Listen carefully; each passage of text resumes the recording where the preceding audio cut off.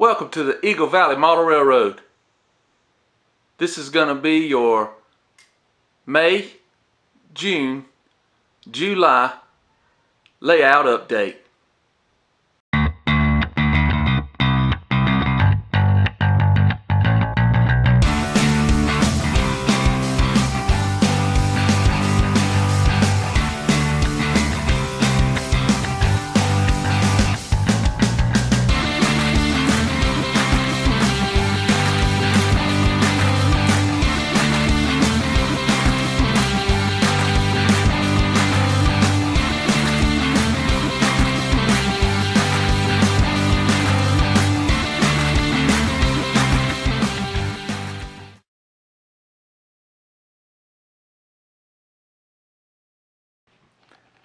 So this area of the layout we're calling the auxiliary yard. We have a spur that cuts off that we can use for switching. We also house the local engine here if we're going to place one here. We can come around and we have two track leads for this yard, and they're basically named track 1 and track 2. Track 1 we're estimating at 253 scale feet, and track number 2 we're estimating at 187 scale feet.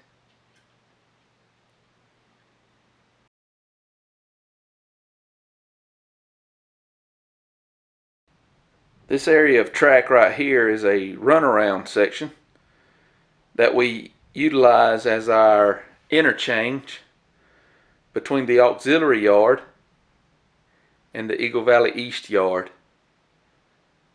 This section we're considering location number 1,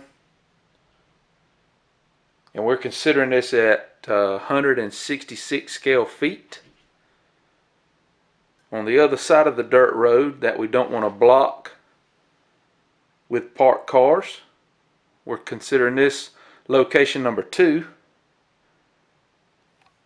and it's measured out at 100 scale feet.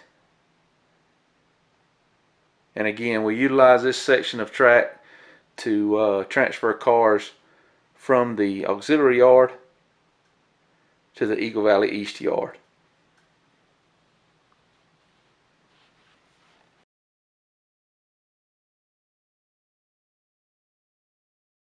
This section of the layout is considered Eagle Valley North. You have the American Propane Company with 58 feet of available track space. The lumber chip mill industry that has 116 feet of available track space, and the truck transfer yard or truck transfer company in the upper right hand corner, and they have 87 scale feet of available track space.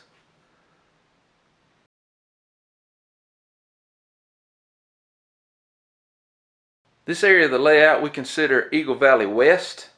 It consists of the paper mill, which utilizes 2 sets of track.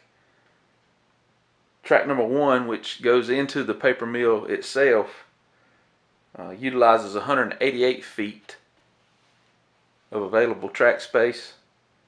And track number 2, which services the external chemicals and materials needed for the paper making process, it also has 188 scale feet available track space.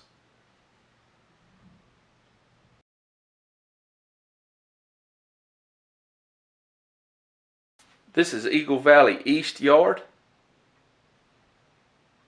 It's made up of 3 engine tracks. We're calling all 3 tracks 123 scale feet. We have an intermodal track that is the furthest track from the edge here. You can see the crane in the background at 253 scale feet of available track space.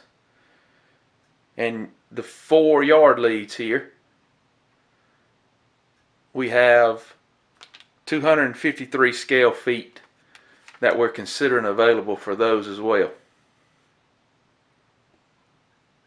And this is the main operating yard for the layout.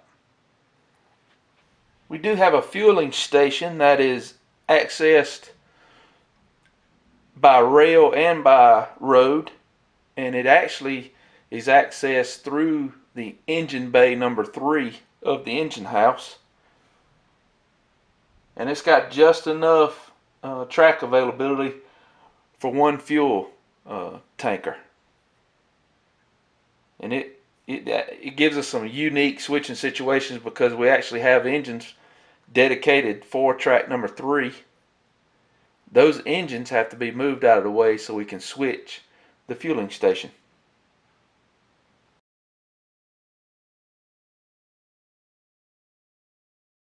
Not only is this the lift out for the layout, this is considered Eagle Valley South, which is the scrap yard, and it has 87 scale feet of available track space for its industry.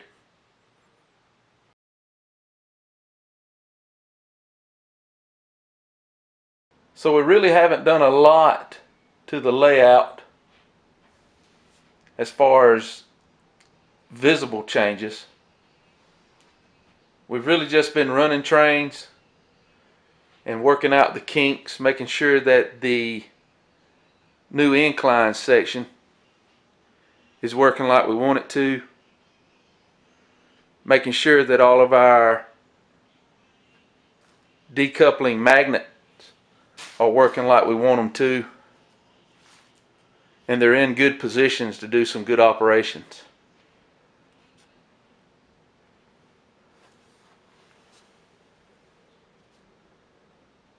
Plan on doing a little bit of scenery around this corner in the upcoming month. Since there's not a lot of switching going on in this corner, and that track plan pretty much is going to stay just like it is, and it's working great. Before we get into building out the auxiliary yard like we want it to, I wanted to get some scenery done around that corner. I'm satisfied with that section. I don't foresee us changing anything in this area right here as far as track plan's concerned. It's just a matter of exactly how we want the mountain to go and how we want it to interact with the track itself. How far are we going to come out into this area here, which will affect some of the landscape of the auxiliary yard once we get the track that we need to continue and finish it. I'm pretty pleased with the way the truck transfer is operating and the way it's set up. The plan is to fill in that hole and get the ground level even with the track here to make for a more traditional truck transfer location. Not sure what we're going to do as far as a retaining wall for the incline, but definitely have something planned there for that. Bridge is working awesome. Very, very pleased with it.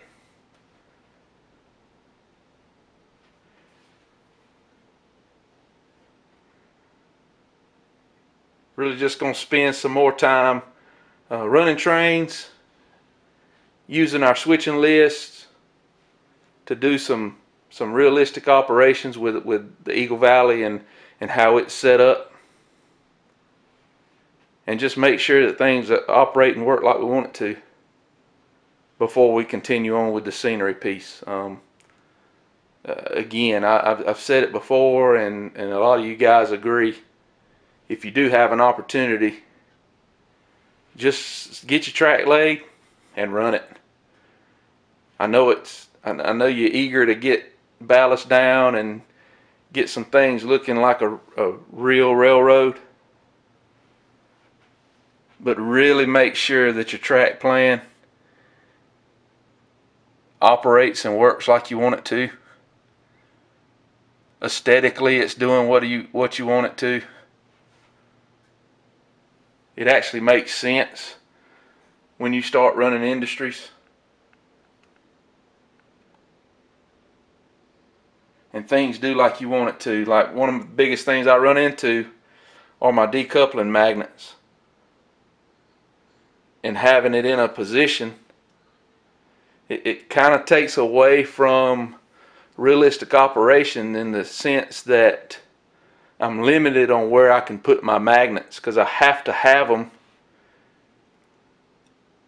in a relatively straight piece of track so the trains line up, so the couplers will act right. And if you're off by a little bit, they don't want to act right. So working those details out. Where do you want to put those? How do you want to utilize the industry? Can you service that industry from both directions?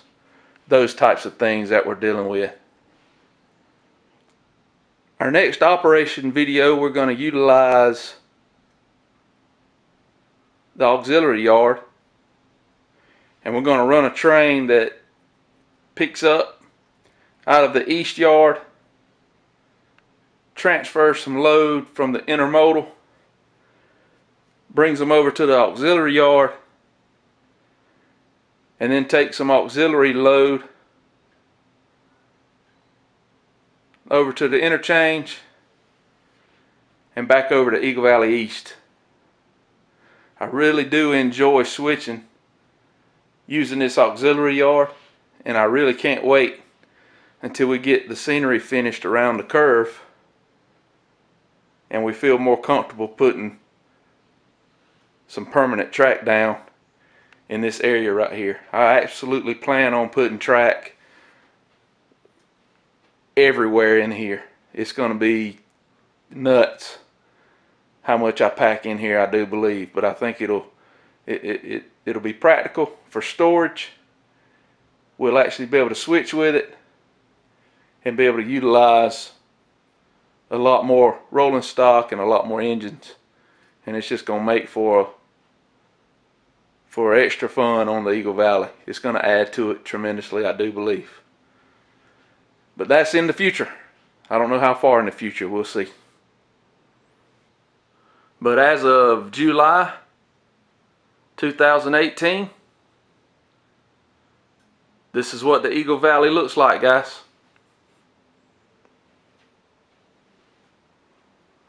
I really do appreciate your support for the channel. We're getting close to 1,000 subscribers, so be looking for a contest coming up soon.